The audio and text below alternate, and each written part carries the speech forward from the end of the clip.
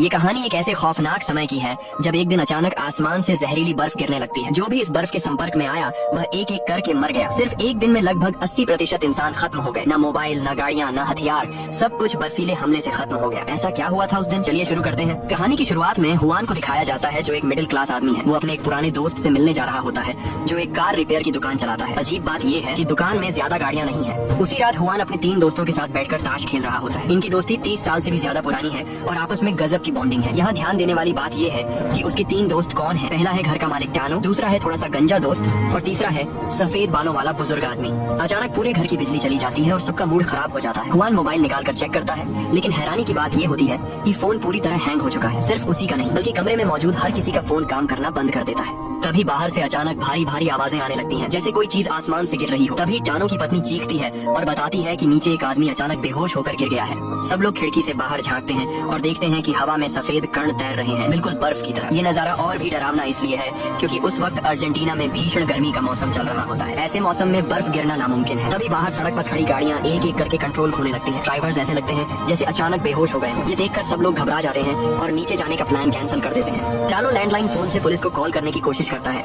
लेकिन उधर से सिर्फ अजीब सी आवाज आती है। हर चीज ये इशारा कर रही होती है कि बाहर कुछ बहुत गलत हो चुका है। सफेद बालों वाला दोस्त जैसे ही शीशे को छूता है उसे तेज ठंड महसूस होती है। उसे अपनी पत्नी और बच्चों की चिंता सताने लगती है और सबके मना करने के बावजूद वो बाहर निकल जाता है। लेकिन कुछ ही कदम चलते ही वो जमीन पर गिर जाता है और मर जाता है। अब ये साफ हो जाता है कि बाहर गिर रही ये बर्फ जहरीली है और जो भी इसे सांस के साथ अंदर लेता है उसकी मौत तय है। कुछ ही देर में घर का तापमान तेजी से गिरने लगता है और सब लोग मोटे कपड़े पहन लेते हैं। टानो जो कम्युनिकेशन का जानकार है अंदाजा लगाता है कि ये सब शायद सोलर स्टॉर्म की वजह से हो रहा है, जिससे इलेक्ट्रॉनिक डिवाइसेस खराब हो गई हैं। बाहर पूरी सड़क पर सन्नाटा छाया होता है। पूरा इलाका किसी भूतिया शहर जैसा लगने लगता है। तभी सामने वाली बिल्डिंग में अचानक लाइट चलती है। एक पड़ोसी खिड़की पर आता है और इशारों इशारों में कुछ समझने की कोशिश करता है। हुआन और बाकी लोग उसे खिड़की न खोलने का इशारा करते हैं, लेकिन वो गलत समझ लेता है। जैसे ही वो सिर बाहर निकालता है जहरीली बर्फ उसकी जान ले लेती है। अंदर मौजूद उसकी पत्नी आवाज सुनकर आती है, लेकिन अगले ही पल वो भी वहीं ढेर हो जाती है। ये मंजर देखकर सब लोग अंदर से टूट जाते हैं। हुआन को अब अपनी पत्नी एलेना और बेटी की चिंता सताने लगती है। जैसे जैसे सुबह होने लगती है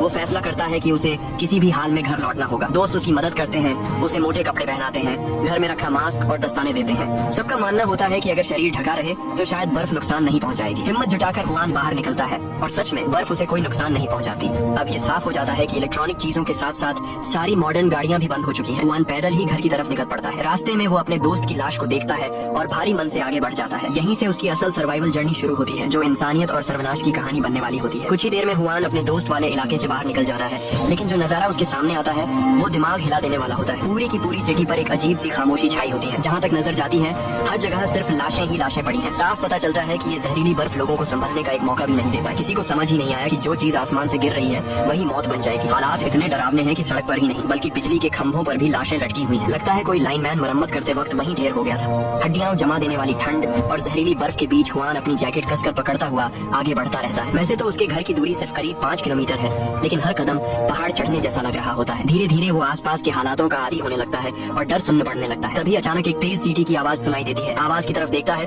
तो बर्फ के बीच एक फौजी वर्दी में खड़ा सिपाही दिखाई देता है। हुआन कुछ समझ पाता उससे पहले ही वो शख्स गायब हो जाता है। बिना ज्यादा सोचे वो एक शॉर्टकट रास्ता पकड़ लेता है। थोड़ी देर बाद उसे एक भयानक नजारा दिखता है। रेलवे ट्रैक के पास खड़ी एक ट्रेन। चारों तरफ बिखरी लाशें ये बताती हैं कि लोग जान बचाने के लिए ट्रेन से उतरे होंगे, लेकिन जहरीली बर्फ ने किसी को छोड़ा नहीं। हुआन सोचता है कि शायद ये आफत सिर्फ शहर तक सीमित होगी, लेकिन अब समझ आता है कि जहाँ भी ये बर्फ गिरी है वहाँ मौत ही मौत है। जैसे ही वो वहाँ से जाने की सोचता है अचानक अंदर से खटखटाने की आवाज आती है। गौर से देखने पर पता चलता है कि ट्रेन के अंदर कुछ लोग जिंदा हैं। उन्हें भी समझ आ चुका है कि बाहर निकलना मौत को बुलाने जैसा है। तभी एक लड़की शीशे पर उंगली से एक ही शब्द लिखती है, हेल्प। साफ दिख रहा होता है कि वो किसी भी हाल में वहाँ से निकलना चाहती है। इंसानियत के नाते हुआन धीरे धीरे ट्रेन के उस हिस्से तक जाता है जहाँ बर्फ अंदर नहीं आई थी। अंदर करीब दर्जन भर लोग दुबके हुए होते हैं। मास्क की वजह से कोई बोल नहीं सकता, इसलिए सब इशारों में बात करते हैं। वो लोग बताते हैं कि पिछले 6 घंटों में जिसने भी बाहर निकलने की कोशिश की वो वापस नहीं लौटा। ट्रेन के अंदर ठंड बढ़ती जा रही है और कोई समाधान नजर नहीं आ रहा। हुआन वादा करता है कि अगर उसे कोई सुरक्षित जगह या संगठन मिला तो वो मदद भेजेगा। बैग खोलते वक्त उसे एहसास होता है कि उसके पास एक पिस्तौल है जो उसके दोस्त टानो ने दी थी। शायद टानो इंसानी स्वभाव को उससे बेहतर समझता था। लोगों के रोकने के बावजूद हुआन ट्रेन छोड़कर निकल जाता है, क्योंकि उसके लिए सबसे जरूरी उसकी पत्नी और बेटी है। कुछ देर बाद वो अपने अपार्टमेंट कॉम्प्लेक्स में पहुंचता है। हालात वैसे ही होते हैं जैसे उसने सोचा था। हर तरफ तरफ लाश है। एक टूटा हुआ दरवाजा पार करते हुए वो अंदर जाता है और देखता है कि एक कुत्ता हेलमेट पहने हुए मरा पड़ा है। इससे साफ होता है कि लोगों ने बचने की कोशिश जरूर की थी। हल्की सी रोशनी के सहारे वो 18वीं मंजिल तक पहुंचता है, जहां कुछ लोग जिंदा मिले। बिना किसी से बात किए वो सीधे अपने फ्लैट में घुस जाता है। घर के अंदर का हाल देखकर उसके पैरों तले जमीन खिसक जाती है। फर्नीचर बिखरा हुआ है, जैसे कोई लूटपाट हुई हो। पत्नी और बेटी घर पर नहीं होती। इसी बीच आवाज आती है और वो एक अजनबी आदमी को पकड़ लेता है।